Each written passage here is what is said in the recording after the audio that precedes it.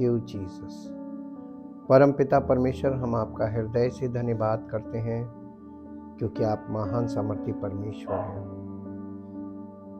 आपके पवित्र वचनों के बिना और पवित्र आत्मा के बिना हम आपको और आपके वचन को कभी नहीं समझ सकते।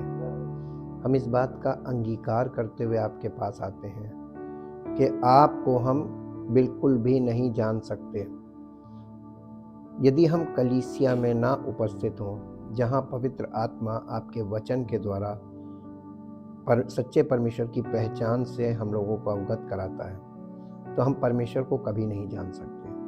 और हम धन्यवाद करते हैं परमेश्वर की कलीसिया के लिए जो प्रभु यीशु मसीह के द्वारा उसने शुरू की है और आज भी प्रभु यीशु मसीह के द्वारा वो अपनी कलीसिया को बना रहा है और हम उस कलीसिया का भाग बनने पाएँ, इसके लिए पवित्र आत्मा के द्वारा वो हमारे भीतरी मनुष्यत्व में कार्य कर रहा है ताकि हमारा जीवन परमेश्वर की महिमा में प्रकट हो और परमेश्वर की महिमा का कारण बने। इसलिए प्रभु, हम आपके वचन के लिए जो हम सुनने जा रहे हैं उसके लिए धन्यवाद करते हैं और हम उस सुने हुए वचन को ग्रहण करेंगे और विश्वास करेंगे ताकि हमारा उद्धार हो और परमेश्वर की महिमा हमारे जीवन से प्रकट हो। धन्यवाद के साथ इस प्रार्थना को आपके इकलौते पुत्र प्रभु यीशु मसीह के नाम से मांगते हैं, आमीन। Praise the Lord. हम परमेश्वर का धन्यवाद करते हैं लाइट ऑफ लाइफ एपिसोड 83 के लिए, reasons why God permits problems. परमेश्वर, हम उन कारणों को देखेंगे कि परमेश्वर समस्याओं को क्यों हमारे जीवन में अनुमति देता है, क्योंकि वो समस्याओं के द्वारा और परिस्थितियों के द्वारा हमारे भीतरी मनुष्यत्व को नया बनाने के लिए कार्य करता है। आज हम दोनों पॉइंट 2 और पॉइंट 3 को देखेंगे। God permits problems to inspect us. परमेश्वर समस्याओं को हमारे जीवन में इसलिए आने देता है क्योंकि वो हमें जांचना चाहता है। समस्याओं के द्वारा जांचा जाता है। People are like tea bags if you want to know what's inside them. यहाँ पे वो बता रहे हैं कि एग्जाम्पल के द्वारा कि हर व्यक्ति एक चाय की पत्ती का वो जो टी बैग होता है ना, उस टी बैग की तरह है। किसमें कितनी कड़क है, किसमें कितनी हल्की है, ये पता कब चलता है? जब उस टी बैग को आप खौलते पानी में डालते हैं, तब उसका असली रूप और रंग और उसका स्वाद उस गर्म पानी में, खौलते पानी में डालने से प्रकट होता है। ऐसे ही परमेश्वर हमें विपत्तियों में डाल के ये प्रकट करना चाहता है कि हमारे मन में, हमारे हृदय में, हमारे मस्तिष्क में क्या भरा है। क्योंकि जब हम परिस्थिति में डालता है तभी हमारे अंदर से आवाजें निकलती हैं, तभी हमारे जीवन से प्रतिक्रियाएं, हमारे शरीर से प्रतिक्रियाएं निकलती हैं और वो इस बात को बताती है कि हम झूठे, हम विश्वास नहीं करते हैं। हमने बहुत बड़े बड़े विश्वासियों को देखा जो बड़े बड़े दावे करते थे और उन्हें देखकर ही मैंने वचन में जाके देखा कि नहीं, जो ये दिख रहे हैं ये है नहीं, और जो हैं वो ये प्रकट नहीं होने देते हैं, छल से अपने आप को छिपाए रखते हैं। तो पहचानने के लिए परमेश्वर का वचन हमारे लिए आवश्यक है। वचन हमें हर एक मनुष्य की एक एक गतिविधि दिखाता है और इसलिए वचन बहुत इंपॉर्टेंट चीज है। Inside just drop them into hot water. जब हम वो टी बैग को गर्म पानी, खौलते पानी में डालते हैं, has God tested your faith bye allowing a problem और टू इनटू योर लाइफ। इसी तरीके से कैसे परमेश्वर हमको विपत्ति में डालकर ये जांच लेता है कि हम कितना विश्वास करते हैं, क्या विश्वास करते हैं, किस पर विश्वास करते हैं। ये सारी चीजें एक बार में निकल के आ जाती सामने। जरूरी है ना परिस्थिति और समस्याएं? अरे यही तो आपको साबित करेंगी कि आप विश्वासी हैं कि नहीं। और सच्चा विश्वासी भयानक से भयानक परिस्थिति में स्थिर रहता है। उसे मालूम है कि परमेश्वर निकाल लेगा। What do the problems reveal about you? यानी समस्याएं हमारे बारे में हम क्या प्रकट करती हैं? When you have many kinds of troubles, you should be full of joy, because you know that these problems test your faith, and this will give you patience. याकूब की पत्री उसका पहला अध्याय उसका 2 और 3 पद पढ़िए। हे मेरे भाइयों, जब तुम नाना प्रकार की या विभिन्न प्रकार की परीक्षाओं में पढ़ो, समस्याओं में पढ़ो, हम थोड़ा वर्ड चेंज कर रहे हैं, समस्याओं में पढ़ो, विपत्तियों में पढ़ो। यहां पे लिखा है कि विपत्ति में पढ़ो तो इसे आनंद की बात समझो, लेकिन मैंने आज तक किसी को विपत्ति में आनंद में नहीं देखा, ये मेरा अनुभव है, कभी नहीं देखा मैंने। बड़े बड़े विश्वासी देखे, लेकिन विपत्ति और समस्या परिस्थितियों में कभी किसी को आनंद में नहीं देखा मैंने। ये हमारे जीवन में अगर नहीं प्रकट हुआ तो इसका मतलब पृथ्वी पर कहीं देखने को मिलेगा नहीं जी। ये जानकर क्यों आनंद, इसको बड़े आनंद की बात समझो, ये जानकर कि इसका मतलब विपत्ति काहे के लिए आ रही है ना। तब आप बताइए, टेस्ट में लोग क्या पास हो रहे हैं कि फेल? विपत्ति में सब चेक हो जाता है। आपको मालूम है सेना में जो कमांडो ट्रेनिंग होती है उसे इतनी घोर विपत्तियों में डालते हैं उन्हें, जो असहनीय होती है, ऐसी परिस्थितियों में डाल देते हैं जहां आदमी ये देखते हैं कितनी देर सांस रोक के जी सकता है, कितनी देर आग को झेल सकता है, वही कमांडो बनता है। ठीक वैसे ही एक सच्चा मसीही कभी भी घोर विपत्ति में ही जांचा जाएगा। जितनी भयानक होगी उतना पक्का और उतना सच्चा विश्वासी होगा। क्या आप इस टेस्ट में तैयार हैं? ऑलरेडी आप हैं, विपत्ति में घिरे हुए हैं, लेकिन आप क्या कर रहे हैं? आप साम दाम दंड भेद लगा रहे हैं कि परमेश्वर किसी तरीके से कहीं से कुछ रास्ता मिल जाए, मैं निकल के भागूं। लेकिन आप कोशिश करके देख लीजिए, रास्ता मिलेगा नहीं मिलेगा। 100% बता रहे। डाला किसने आपको इस परिस्थिति में? हाँ, तो निकालेगा भी वही। सरेंडर कर दे, हुक्म मानना शुरू कर दो, वचन में मन लगाना शुरू कर दो। जो बातें शुरू से बोल रहे हैं वही है शुरुआत, निकालेगा वही। कोई युक्ति, कोई बुद्धि, कोई समझ आपको निकाल नहीं सकती, और परमेश्वर के हाथों से कोई छुड़ा नहीं सकता। जब हम परमेश्वर को अपना विरोधी बना लेते हैं ना, तो हमें उसके हाथ से कोई नहीं बचा सकता।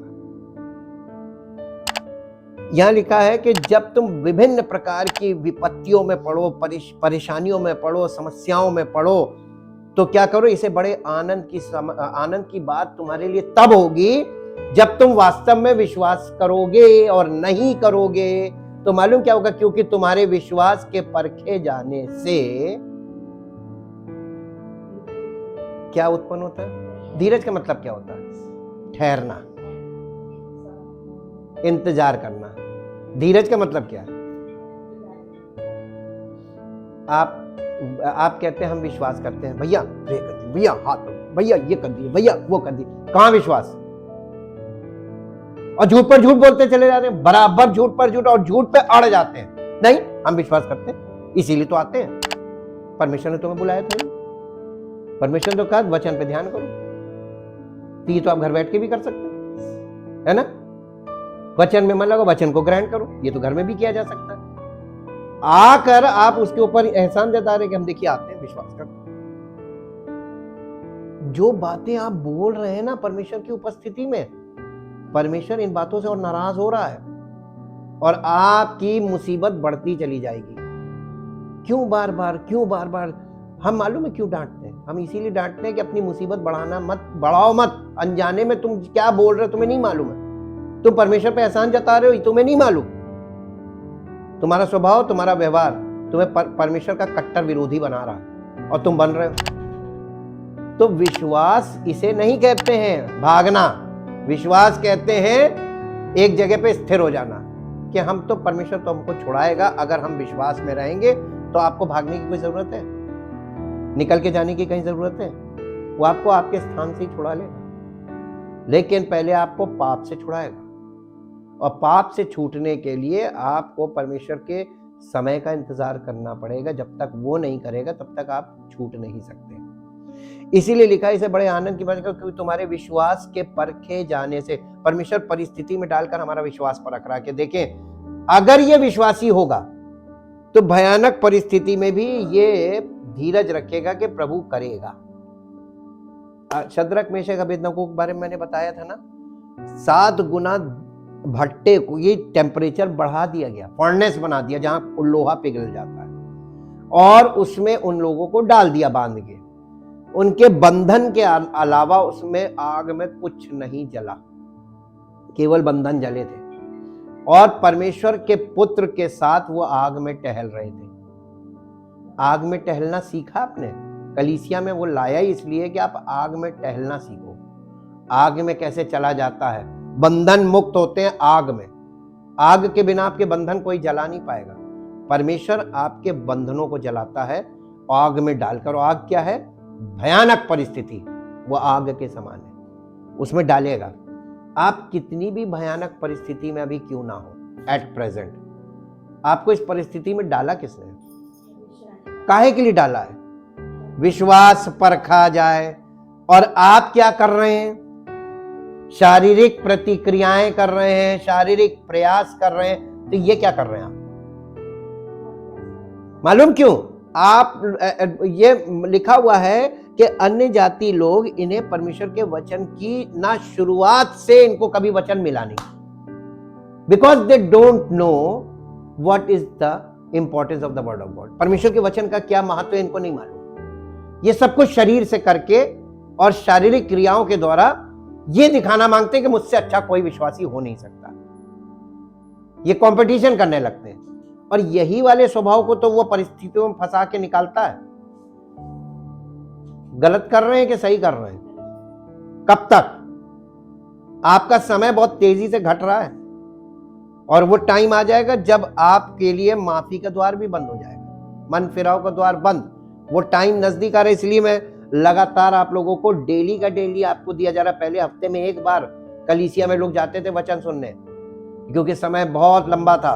लेकिन अब समय जैसे जैसे घटता जा रहा, आपको प्रतिदिन वचन से बताया जा रहा है, लेकिन अभी भी नहीं चेतेंगे। स्वभाव, आपकी सोच, आपकी भावना, आपकी कल्पना, ये आपको परमेश्वर के वचन पे फोकस नहीं होने देती है, क्योंकि आप पूरे समय फोन में ये देखते रहते कौन क्या कर रहा है, कौन कहां जा रहा है, किसने क्या किया, आज कौन क्या कर रहा है। ये लगे हुए हैं, शारीरिक अभिलाषाएं पूरी कर रहे हैं अभी भी, और जो आपको वचन दिया जा रहा है उसमें मन नहीं लग रहा।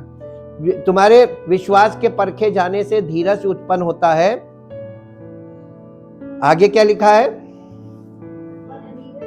पर धीरज को, किसको? धीरज का मतलब क्या होता है? पेशेंस का मतलब क्या होता है? ठहरना और परमेश्वर, परमेश्वर का इंतजार करना कि वो ही छुड़ाएगा। आप क्या कर रहे हैं? आप शारीरिक प्रयास में लगे हुए हैं। कहां धीरज है? किसी के पास धीरज नहीं है। मालूम क्यों? विश्वास परखा जाएगा, और विश्वास परखने के लिए परिस्थिति में डाला जाएगा, विपत्ति में डाला जाएगा, समस्या में डाला जाएगा, और ये देखा जाएगा कि कितनी देर तक तुम उसमें ठहर सकते हो। जो कमांडो वाली ट्रेनिंग का हमने बताया, बिल्कुल वही चीज आई कि नहीं आई। और जब वो पूरी तरीके से जांचता है कि हाँ, ये मृत्यु तक मेरा इनकार नहीं करेगा, मरने को राजी हो जाएगा, मेरा इनकार नहीं। शद्रक, मेशक, अबेदनगो वाला एग्जाम्पल याद रखिए। उन्होंने कह दिया था, राजा, जिस परमेश्वर की हम आराधना करते हैं वो तेरे हाथ से और इस विपत्ति से, इस भट्टे से बचाने की सामर्थ्य रखता है, लेकिन ना भी बचाए तो भी हम तेरा कहा नहीं मानेंगे, चाहे हमें भट्टे में डाल दिया जाए। उसने उठा के डाल दिया 7 गुना भटका के, और उसके बाद रिजल्ट क्या आया? उनके बंधन जल गए, लेकिन एक शरीर का एक रोआ नहीं जला, और वो आग के भट्टे में टहले। तो कौन था उनके साथ? उस समय यीशु मसीह पैदा भी नहीं हुआ था, ये हजारों वर्ष पहले का किस्सा है। और तब उनको निकाला गया, डालने वाले झुलस गए थे, उन नहीं झुलसे। ये इस बात को दिखाया जा रहा है कि नए नियम में मसीह के लोग, उन पर कितनी घोर विपत्ति आ जाए, उनका विश्वास डिगेगा नहीं, और उनका धीरज बना रहेगा। परिस्थिति कितनी भी टेढ़ी होती जाए, लेकिन वो धीरज रखेंगे। मेरा प्रभु देगा मुझको हर एक चीज अपनी महिमा धन के अनुसार, अपने समय में। हमें अभी नहीं चाहिए। शरीर क्या करता? तुरंत मांगता है। और जो आत्मिक लोग हैं वो परमेश्वर के समय तक ठहरते हैं। जब तक आप आत्मिक नहीं होंगे, आप ठहर नहीं पाएंगे। बॉर्न अगेन के बिना आप ये काम नहीं कर सकते। It is impossible. अब बताइए आप, ये समय आ गया ये परखने का कि कलीसिया में वो ये परखेगा कि कौन भेड़ कौन बकरी, अलग अलग करेगा दोनों को, कौन सच्चा विश्वासी है कौन विश्वास का ड्रामा कर रहा है। इन दोनों को अलग अलग किए जाने का समय चालू हो गया है और आपको पता नहीं है। आप अपने अभी भी वही चाल, वही सोच, वही अपना ठीक है जाएंगे फिर सुनेंगे फिर आएंगे, वही ढुलमुल रवैया, वही, आपके स्वभाव में कोई परिवर्तन नहीं है। विश्वास के परखे जाने से धीरज उत्पन्न होता है। धीरज को अपना पूरा काम, जब तक आप धीरज को काम नहीं करने देंगे, अब कब तक आपको स्थिर बैठना है? जब तक प्रभु आपको नए सिरे से जन्म ना दे दे, बॉर्न अगेन होने तक ये धीरज रखना है जी, कि तुम पूरे और सिद्ध हो जाओ और तुम में किसी बात की घटी ना हो। ये कब तक? बॉर्न अगेन, जब तक नए सिरे से उत्पन्न नहीं होंगे तब तक आप में घटी ही घटी रहेगी, आप कभी भी स्थिर नहीं हो सकते। पूरे और स्थिर और सिद्ध हो जाओ। ये इसीलिए हमको परिस्थिति में क्यों फंसाया परमेश्वर ने? ताकि हमको जांचे, हमारा विश्वास परखा जाए और ये देखा जाए कि हमारा विश्वास क्या है, किस पर है और कैसा है। तीसरा पॉइंट है, God uses problems to correct us. परमेश्वर परिस्थितियों और विपत्तियों समस्याओं का उपयोग करता है हमें सही करने के लिए, करेक्ट करने के लिए। करेक्शन करें, हम अपने अंदर उन चीजों को देखें कि क्या चीज गलत है। और इतने समय से हम आपको वचन बता रहे हैं लेकिन आज तक आपको अपने अंदर की कमियां दिखाई नहीं दी। अफसोस। इतना, यानी बच्चे भी आजकल के बहुत स्मार्ट है, एक बार समझ जाते हैं कि हाँ ये मैंने किया था, ये गलत है, एक बार बता दो। लेकिन ऐसे लोग हमने नहीं देखे जिनको 100 बार भी बता दो कि ये गलत है लेकिन नहीं, हाँ है, लेकिन हमारा स्वभाव है हम तो इसी करेंगे, हमें आप झेलो। और परमेश्वर हजारों वर्षों से झेल रहा है। अब वो हार्ड हो गया, अब वो हार्ड हो गया। किसी को आप बहुत ज्यादा दुखी कर लेते हैं तो वो हार्ड हो जाता है, और वो हार्ड रूप इसलिए होता है क्योंकि आपने उसको अति मचा दी। आज मानव जाति ने परमेश्वर के साथ इतनी अति कर दी कि अब परमेश्वर वो परमेश्वर नहीं, पहले मुलायम होता था, अब पहले कड़क है। लेकिन जो लोग इस कड़क के द्वारा जांचे जाएंगे और जो सही होंगे उनके लिए मुलायम। God uses problems to correct you.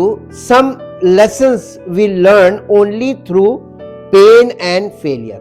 परमेश्वर के वचन में हम जाके अगर इस बात को देखें, ये बिल्कुल सही बात लिखी है कि कुछ जीवन में कुछ चीजें ऐसी हैं जो हम, परिस्थिति विपरीत होती है, भयानक परिस्थिति होती है, वहीं पे जाकर सीख सकते हैं। वो हम अच्छी हालत में नहीं सीख सकते। जब तक, देखिए, आप बच्चे को बोलिए कि ये आग जल रही है, इससे इसके पास मत जाओ मत जाओ मत, जितना आप रोकेंगे उतना वो जाएगा। लेकिन मालूम है, एक बार उसको छोड़ दीजिए, जलने दीजिए, एक बार जलेगा, दोबारा वो गलती करेगा नहीं। तो जलना उसके लिए अच्छा था ना। अब उसको समझ में आ गया क्यों ऐसी बिजली से जो खिलवाड़ करे, एक बार करंट लगना चाहिए, लगने दो। जब तक करंट नहीं लगेगा तब तक वो सीखेगा नहीं। आप उसको बातों, अब मालूम आजकल के लोग खुद तो गलत कर रहे हैं और अपने बच्चों को भी, उसको चाहते हैं कि इसको ये चोट ना लगे, ये गिरे ना, इसको ये धक्का ना लगे, इसको धोखा ना मिले, बचाने में लगे हुए। और उससे क्या हो रहा मालूम, माँ बाप विपत्ति पे विपत्ति में, बच्चे घुसी और बढ़ रहे हैं गलत, और माँ बाप उनके पीछे घुसे जा रहे हैं विपत्ति में। अब ये बताइए, परमेश्वर की ओर से कि तुम्हारी खुद की? तुम अपने बच्चों के पीछे जितना भागोगे, उन्हें छोड़ दो, जाने दो, एक बार ठोकर खाने दो, धक्का लगने दो, पब्लिक की मार खाने दो, पुलिस की मार खाने दो, एक बार उनको अच्छा सबक सीखने दो, वो अपने आप सीख जाएंगे। जब बच्चे बड़े हो गए, आपके वश में नहीं है, तो उनके साथ आप क्या करेंगे? उन्हें सिखा पाएंगे? उनको बचा पाएंगे? कब तक बचाएंगे? नहीं समझ में आती। वहां आपकी भावना आ जाती है। तो परमेश्वर आपकी भावना को करेक्ट करेगा विपत्ति में ले जाके, कि इतने भावुक मत बनो, सबक सीखो और सीखने के लिए छोड़ दो। जब खुद तुम सीखोगे ना हार्ड लेसन, तो तुमको भी मालूम होगा कि नहीं, मुझे भी हार्ड लेसन सीखने को मिला, मैंने भी अनुभव से सीखा, इसको भी छोड़ दो, जलने दो, उसको लगने दो, जब ये चीजें होंगी, यही परमेश्वर हमारे साथ करता है।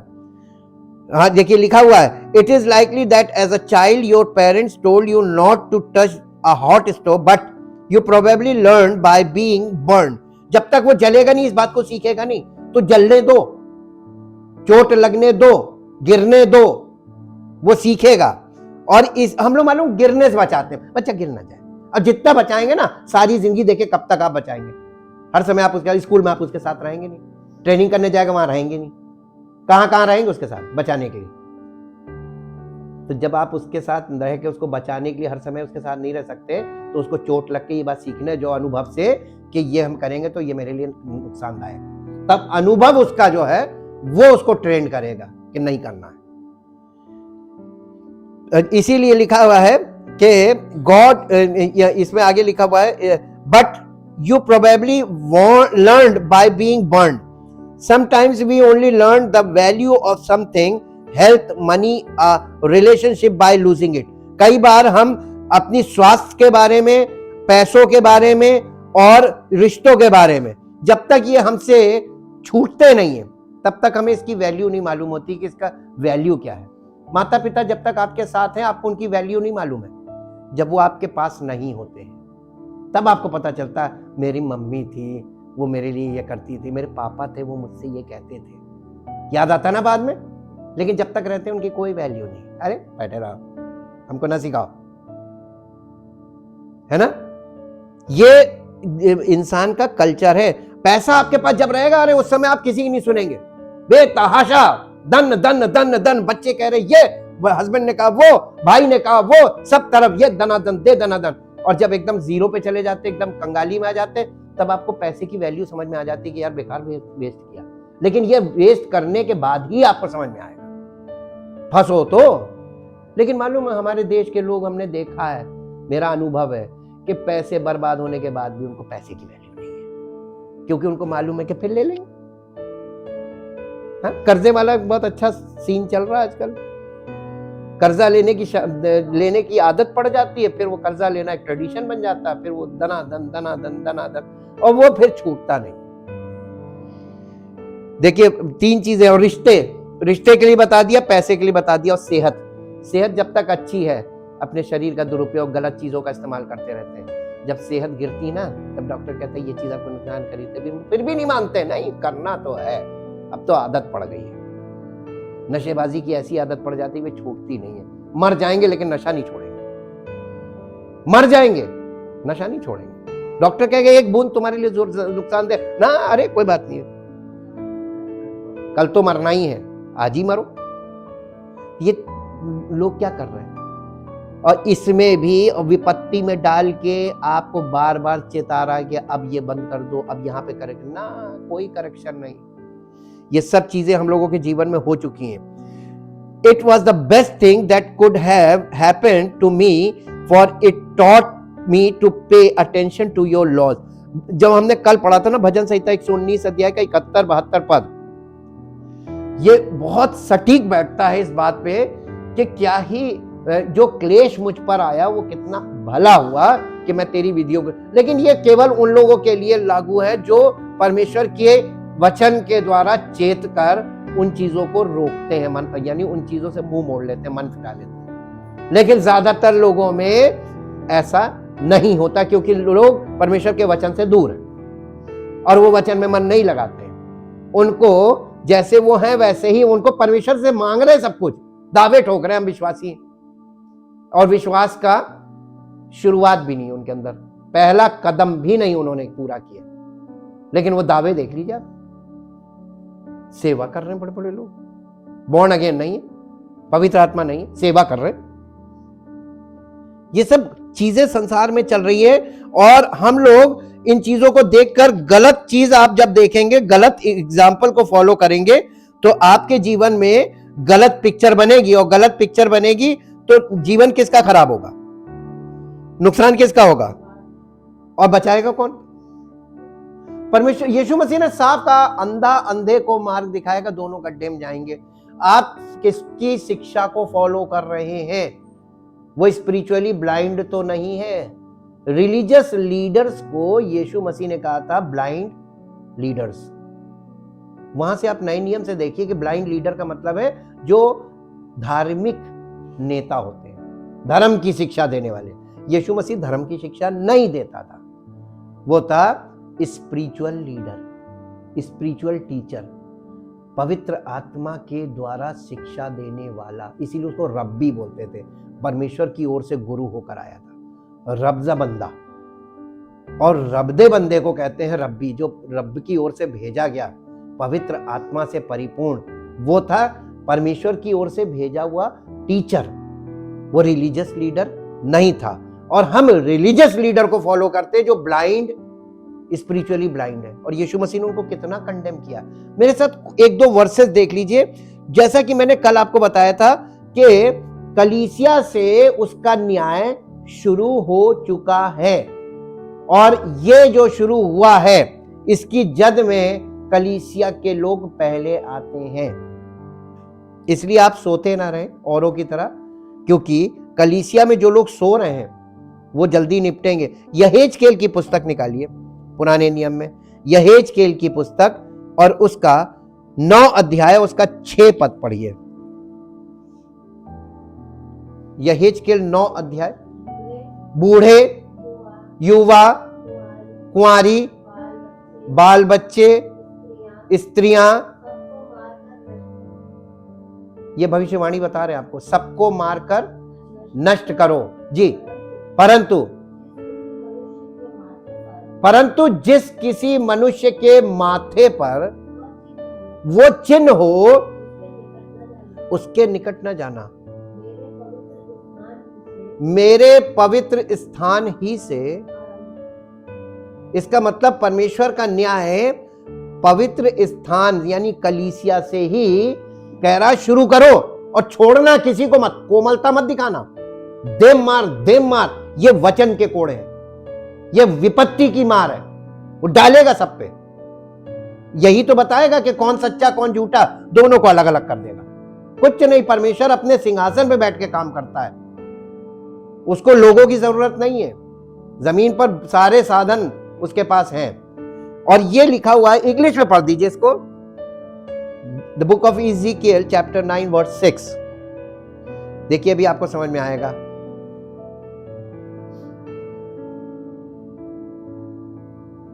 इज़ीकिएल चैप्टर 9 वर्स 6।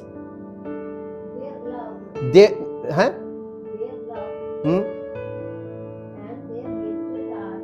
नहीं, ये नहीं है, 9:6। इज़ीकिएल 9:6। हाँ, यह इज़ीकिएल इंग्लिश में 9:6, chapter 9 verse 6। Stay outright the elderly, the young man and the virgin. Virgin का मतलब होता है कुंवारी लड़की जी। The infant and the woman, but do not touch or go near anyone on whom is the mark, जिसके ऊपर परमेश्वर की माथे पे मोहर लगी है। किसकी? पवित्र आत्मा की। उसको मत छूना, उसके पास भी मत जाना जी। बिगिन एट माई सैंक्चुअरी, यानी मेरे पवित्र स्थान से इस काम को शुरू करना, ये न्याय का। उसमें आगे देखिएगा इंग्लिश में, आगे उसमें रेफरेंस दिया होगा। रेफरेंस क्या दिया है? पहला पत्रस 4:17 लिखा है ना। ये वही वर्ष है जो कल हम लोगों ने पढ़ी थी कि परमेश्वर के घराने से, कलीसिया से ही न्याय की शुरुआत होगी, और वो हो चुकी है। हम आपको इंफॉर्मेशन दे रहे हैं, वो हो चुकी है। अब वो आपको झूठा सच्चे विश्वासी में अंतर दिखाना शुरू कर दिया उसने। विपत्ति सब पे डालेगा, और जो विपत्ति में विश्वास में बढ़ेगा वो सच्चा, और जो विपत्ति में डूबा जा रहा है, मरा जा रहा है, वो झूठा, क्योंकि उसको विश्वास नहीं है। सच्चे विश्वासी का इतना से भी इधर उधर नहीं होगा, और उसको भरोसा अपने परमेश्वर पे होगा। अब एक पद और निकाल लीजिए, यिर्मयाह नबी की पुस्तक। हाँ, बता दी। So they began with the old man. यहां ओल्ड मैन का मतलब पुराना मनुष्यत्व। पुराने मनुष्यत्व से कलीसिया में शुरुआत होगी। आप जब कलीसिया में आते पुराना मनुष्यत्व लेके आते, लेकिन नया मनुष्यत्व अभी तक नहीं हुआ, नया मनुष्य पैदा ही नहीं हुआ और अभी भी आप पुराने मनुष्यत्व में। और उसने कहा पुराने मनुष्यत्व के जितने भी हैं, स्त्री पुरुष बच्चे, सबको मारो। जी, who were in front of the temple, who did not have the Lord's mark, प्रभु का चिन्ह उन पर ऑन है, उनके माथे पर परमेश्वर की मोहर नहीं है, वो है पवित्र आत्मा। बॉर्न अगेन के माथे पर होती है। अब भी नहीं समझ में आया और पढ़वा देता हूं। यिर्मयाह नबी की पुस्तक उसका 25 अध्याय, यिर्मयाह नबी की पुस्तक उसका 25 अध्याय और उसका 29 पद पढ़ दीजिए। 25 अध्याय का देखो, जो नगर, यहां पे नगर का मतलब मालूम है कलीसिया, जो नगर मेरा कहलाता है वह मैं पहले कहां डालेगा? सबसे पहले कलीसिया में, जो मेरा नगर कहता है। देखिए यीशु मसीह ने कहा था जो नगर पहाड़ पे बसा वो छिप नहीं सकता, कलीसिया को बता रहा था, है ना। और ये परमेश्वर ने भविष्य वक्ताओं के द्वारा कह रखा था कि जो नगर मेरा कहलाता है मैं वहीं से विपत्ति डालना शुरू करूंगा। जी, फिर क्या तुम लोग निर्दोष ठहर के बचोगे? तुम निर्दोष, कलीसिया को कह रहा तुम निर्दोष ठहर के नहीं बचोगे। तुमने प्रभु का अंगीकार किया, अगर झूठा किया तो निर्दोष नहीं ठहरोगे, और अगर सच्चा किया तो मैं बचा लूंगा, और अगर झूठा किया है तो निपटा भी दूंगा। जी, क्योंकि मैं पृथ्वी के सब रहने वालों पर, ओ माय गॉड, परमेश्वर क्या करने जा रहा है? तलवार का मतलब होता है न्याय करना। परमेश्वर पूरी समस्त पृथ्वी पर न्याय करेगा। क्या आप इस न्याय से बच सकते हैं? कलीसिया में आने का मतलब ये नहीं कि आपने कह दिया यीशु मसीह पर विश्वास करते आप बच गए ना, बचा कोई नहीं। तब तो जांचेगा कि तुमने वाकई में मुझ पर विश्वास किया या अभी तुम फर्जी डिक्लेयर कर रहे हो कि मैंने। अब जल्दी से आ जाइए नए नियम, रोमियो की पत्री 2 अध्याय और उसका 9 पद पढ़िए। रोमियो की पत्री 2 अध्याय उसका 9 पद। और क्लेश और संकट हर एक मनुष्य के प्राण पर जो बुरा करता है आएगा। हर एक मनुष्य पर आएगा, चाहे वो यहूदी हो चाहे वो अन्य जाति। पहले यहूदी और फिर अन्य जाति। और नए नियम में आप देखिए तो कलीसिया में दोनों को प्रभु ने एक किया है, तो दोनों पर एक साथ आएगा कलीसिया पर। तो सबसे पहले कलीसिया पर आएगा परमेश्वर का न्याय, सबसे पहले कहां आएगा? कलीसिया पे। विपत्ति, घोर विपत्ति और संकट किस पर आएगा? कलीसिया के लोगों पे। और वो हो चुका है। आप लोग नहीं देख रहे हैं कि कलीसिया के लोगों पे संकट है और बहुत भयानक, अभी और चूड़ी टाइट करेगा। देखिए कितना तुम अंगीकार करते हो विश्वास का। लोग मृत्यु के डर से, लोगों के डर से भागेंगे, नहीं हम नहीं जाते, हम नहीं मानते, हम तो कुछ नहीं मानते, हम तो जाते ही नहीं। हालेलुया। अभी तो आपकी जांच शुरू हुई है कि आपने किस पर विश्वास किया, कैसा विश्वास किया, क्या विश्वास किया। अभी तो शुरुआत है, जांच हो रही है अभी जांच में आप खोटे निकलेंगे तो आपको कुछ नहीं मिलेगा। जब जांच में सिद्ध हो जाएंगे तभी आपको कुछ मिलेगा। अब आपको पता चल रहा ना परमेश्वर विपत्ति का पहले काम क्यों, विपत्ति आगे क्यों रखता है। जितने यीशु मसीह के पर विश्वास का अंगीकार करते हैं वो पहले विपत्ति में जांचे जाएंगे। और अगर आपने अपने आप को करेक्ट नहीं किया तो आप निपट जाएंगे। झूठा प्रचार करने से कोई फायदा नहीं। इस समय कम है लोगों के पास और लोगों का जीवन बहुमूल्य है। परमेश्वर चाहता है लोगों के सामने सच बोलो, मत कोमलता दिखाओ, सच बोलो। कलीसिया में जो जाने वाले होंगे भाग जाएंगे, जो नहीं जाने वाले होंगे वही टिकेंगे, लेकिन उन्हें सच बोलते रहो ताकि ये पता तुझे चले कि कौन सच्चा कौन झूठा। लेकिन उसमें पहले हमको उसमें दृढ़ होना है सच्चाई में। बिना सच्चाई में हम जब पास नहीं होंगे तब तक हम ये काम कर ही नहीं सकते, हम बोल ही नहीं सकते। और इसीलिए यहां पर लिखा हुआ है कि परमेश्वर हम, अब मेरे साथ एक पद और निकाल लीजिए जो आपको मिलेगा, दूसरा थिस्सलुनीकियों। मैं आपको और दिखा देता हूं, दूसरा थिस्सलुनीकियों और इसका 1 अध्याय और 8 पद पढ़ दीजिए। इसलिए हमारे प्रभु नहीं, दूसरा थिस्सलुनीकियों 2 पहला अध्याय 8 पद, और जो परमेश्वर को नहीं जानते की बात नहीं लिखा है। आप कितना पहचानते हैं? आप वचन से तो वाकिफ नहीं है, परमेश्वर वचन है। पहले तो आपको वचन में परमेश्वर को पहचानना है। जो परमेश्वर को नहीं पहचानते और हमारे प्रभु यीशु मसीह के सुसमाचार को नहीं मानते, किससे लेगा? जो परमेश्वर को नहीं पहचानते और हमारे प्रभु यीशु मसीह के सुसमाचार को नहीं मानते, उनसे परमेश्वर पलटा लेगा। कलीसिया में बहुत लोग ऐसे हैं जो परमेश्वर को नहीं पहचानते हैं। उन्होंने नाम सुन लिया, हम जानते हैं यीशु मसीह को, हम जानते हैं यीशु मसीह को, इसीलिए विपत्ति में डाल के वो जांचेगा पहले। और यीशु मसीह का सुसमाचार क्या है मालूम है?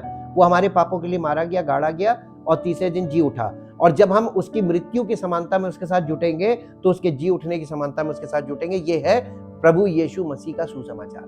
और मालूम है संसार में लोग कैसा सुसमाचार दे रहे हैं? यीशु मसीह के पास हम प्रार्थना करेंगे तुमको ये मिलेगा, तुमको वो मिलेगा, ये झूठा सुसमाचार। और लोग छुटकारा पाने, बीमारी से चंगाई पाने, लालच में जहां जा रहे हैं, वो झूठा सुसमाचार है। और उसको मानोगे तो निपट जाओगे। यही वो उसको चेक करना है कि कौन सा सुसमाचार तुमने सुना, किस पर विश्वास किया, कौन परमेश्वर है तुम्हारे लिए। वो तुम्हारे जीवन में तुमको चेक कर लेगा, बस मुसीबत में डाल के देख लेगा किसका नाम ले रहे हो और क्या क्या कर रहे हो। शारीरिक गतिविधियां कर रहे हो, इसका मतलब तुम अभी बॉर्न अगेन भी नहीं, तो परमेश्वर का पा भी नहीं मालूम। Hallelujah. Be serious with the word of God. परमेश्वर के वचन के साथ बहुत गंभीर हो जाइए, क्योंकि परमेश्वर के साथ खिलवाड़ नहीं किया जा सकता। परमेश्वर धधकती आग है, भस्म करने वाली आग, इसीलिए लिखा हुआ है। ये वार्निंग्स दी जाती हैं। आपको मालूम है जब हम लोग इलेक्ट्रिकल वर्क करते हैं, यानी हाई वोल्टेज वाला जो जहां मेन सब स्टेशन बनता है, उसके अंदर बहुत हैवी एम्पियर्स होते हैं। वहाँ इतने मोटे मोटे केबल्स लगते हैं, वहां पे मीटरिंग होती है, सब कुछ होता है। और वहां पर आपने देखा होगा एक निशान लगा होता है, एक खोपड़ी हड्डी वाली और 2 हड्डियां ऐसे, उसके ऊपर एक खोपड़ी और उसके नीचे लिखा रहता है डेंजर, है ना? इसका मतलब क्या है? ये इस बात को बता रहा है कि तुमने अगर बिना समझे, जाने बूझे, बिना जानकारी के इसमें हाथ लगाया तो ये तुम्हारी फोटो है, ऐसे हो जाओगे, है ना? इसका मतलब ये नहीं कि उसके अंदर भूत है। क्या बिजली वाले भूत होते हैं क्या जो उसमें हाथ डाल देते हैं?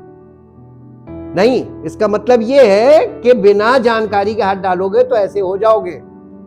और हम लोग जानकारी के साथ हाथ डालते नहीं होते। यही परमेश्वर के वचन के साथ है। परमेश्वर के वचन के साथ बिल्कुल खिलवाड़ नहीं। हम बिल्कुल टेक्निकली, पवित्र आत्मा ने मुझे ये बात सिखाई है कि जितना खतरनाक करंट है, बिना सोचे समझे ना छूने वाला, उसकी जानकारी के बिना उसमें हाथ नहीं लगाना, वो ऐसी परमेश्वर का वचन है। परमेश्वर के साथ भी खिलवाड़ बिल्कुल नहीं। बिल्कुल सटीक जानकारी जिसके पास हो उसके संपर्क में रहिए, उससे सीखिए, ताकि परमेश्वर के साथ जरा सी भी गलती आपके सामने, क्योंकि जितनी गलतियां आप ज्यादा करेंगे उतना आप जांच के दायरे में बने रहेंगे। कहें नहीं ये बार बार ये करता है, इसका आदत पड़ी हुई है करने की, इसको जांच के घेरे में रखो जब तक ये करेक्ट नहीं। हमें अब आप सोच रहे होंगे कि मन फिराने के लिए तो बहुत सी चीजें हैं जिससे हमें मन फिराना है, याद आ रही होंगी। हाँ, हम लोग ये सब गलतियां कर रहे हैं। मन फिराओ, मन फिराओ का मतलब उन चीजों को छोड़कर परमेश्वर के आगे अंगीकार करो कि प्रभु हम कर रहे हैं, हम गलत हैं, हम पापी हैं, हम पर दया कीजिए। एक ही बात कहनी, प्रभु हम पर दया कीजिए। हम अपने आप अपना उद्धार नहीं कर सकते, अपने प्रयास से आप परमेश्वर को प्रसन्न नहीं कर सकते। आप प्रार्थना कितनी भी कर लें, वो प्रार्थना है ही नहीं। प्रार्थना में पवित्र आत्मा का होना जरूरी है। पवित्र आत्मा हमारी सहायता करता है कि हमें क्या प्रार्थना करनी है। प्रार्थना करने से पहले परमेश्वर के वचन का, परमेश्वर की इच्छा को जानना जरूरी है, क्योंकि परमेश्वर की इच्छा के बगैर जो आप मांगते हैं वो प्रार्थना नहीं है। आप अपनी शारीरिक अभिलाषाएं उस पर थोप रहे हैं। तो पहले इस बात को परमेश्वर की उपस्थिति में बैठकर सीखना है कि क्या नहीं करना है, यह सीखना है। परमेश्वर के वचन के साथ हमने जो चीज सीखी, हमने हर चीज को सीखा क्या नहीं करना है। हम जब भी स्टडी करते थे तो नेगेटिव से शुरू करते थे, बपतिस्मा का मतलब क्या नहीं है। तब हमको पता चला बपतिस्मे का मतलब क्या है बाइबल से। प्रार्थना का मतलब क्या नहीं है, पहले यह सीखा तब पता चला प्रार्थना का मतलब क्या है। सेवकाई का मतलब क्या नहीं है, तब पहले सीखा तब पता चला सेवकाई का मतलब क्या है। शरीर जो है वो क्या नहीं है वो कर रहा है, और हमें करना है जो नहीं है उसको छोड़कर मन फिराना है, और जो है उसको, उसके लिए स्टडी चाहिए, और सही व्यक्ति के द्वारा हमें उसके शागिर्द बनकर ये चीजें सीखनी है। ये ऐसे नहीं सीखने को मिलती कि हमने कभी किसी का सुन लिया, कभी किसी का सुन लिया, 2 लाइन उधर सुन ली, 2 लाइन इधर सुन ली, मन से जोड़ ली। ये सब झूठी शिक्षा है। इसलिए परमेश्वर की उपस्थिति को बहुमूल्य समझिए कि आपको बहुत अवसर मिल रहा है कि सच्चाई आपके सामने खुल रही है। इस सच्चाई के आईने में अपने हृदय को रखें, अपनी सोच को रखें, अपनी कल्पना, अपनी इच्छा, अपनी भावना को रखकर देखें कि मैं तो यही सब कर रहा हूं जो वचन कह रहा है, और इन चीजों से हमें छुटकारा कौन देगा। जब तक आप सरेंडर नहीं करेंगे तो कैसे छुड़ाएगा। जब तक आप ये इच्छा नहीं पैदा करेंगे कि नहीं मैं इससे छूटना चाहता हूं, परमेश्वर मेरी मदद कीजिए, उससे ये कहिए कि प्रभु मेरी मदद कीजिए, मांगने से पहले कि आप उसको मुझे छुड़ा लीजिए। रूट कॉज से तो आपको बाहर निकालेगा, तभी तो आपको इस योग्य बनाएगा। वो आपको ये 2-4 चीजें से टपका के नहीं देना मांगता है, वो आपको अपना वारिस बनाना मांगता है, अपने राज्य में पहुंचाना मांगता है। इसलिए वो आपको पाप से पहले निकालेगा, और उसके बाद पाप और मृत्यु की प्रभुता से आपको पहले छुड़ाएगा, उसके बाद आपको सब कुछ मिलेगा। इसीलिए यीशु मसीह का पहले उसके राज्य और धर्म की खोज करो, बाकी सब चीजें तुम्हें आप से आप। और लोग प्रार्थनाएं कर रहे लगे फिजिकल बातों के लिए। ये गलत शिक्षा है, झूठी शिक्षा है। यीशु मसीह ने जब मना किया कि तुम ये चीजें मत मांगना, क्या खाएंगे, क्या पिएंगे, कहां रहेंगे, सब शारीरिक चीजें, पहले परमेश्वर के राज्य उसकी धार्मिकता की खोज करना, बाकी सब चीजें तुम्हें आपसे आप मिलेगी। फिजिकल चीजों की बात कर रहा है, मांगने के लिए उसने मना किया। और प्रभु पर सच्चे विश्वासी जो कभी नहीं मांगते, मैं सच बताऊं अपने लिए कभी नहीं मांगता, आज तक नहीं मांगा, क्योंकि मुझे ये मालूम है कि मेरी आवश्यकता को वो पूरा कर रहा है, मुझे इससे आगे चाहिए। मैं उन आवश्यकताओं को जो वो हमें दे रहा है उसमें मैंने अपने आप को सीमित किया। मैं परमेश्वर की इच्छा में रहना पसंद करता हूं। कर्जा करना सबके लिए छूट है, हम भी कर सकते हैं, लेकिन हम कर्जा क्यों करें। जब हमारा परमेश्वर हमें मना करता है कि कर्जा मत लो, तो हमें कर्जा नहीं लेना, आज्ञा माननी है। और इसके लिए हमें थोड़ा सा हार्ड रूल में रहना पड़ेगा, हमें अपनी अभिलाषाओं को काबू करना पड़ेगा। और अभिलाषाओं को काबू करने के लिए हमें अपने मन, अपनी इच्छा, अपनी भावना को काबू करना पड़ेगा। कब करेंगे? जब मिट जाएंगे, या अभी हम शुरू करें ताकि बच जाए। Thank you, thank you, thank you Lord. परमपिता परमेश्वर, हृदय से आपका धन्यवाद करते हैं आपके पवित्र वचनों के लिए।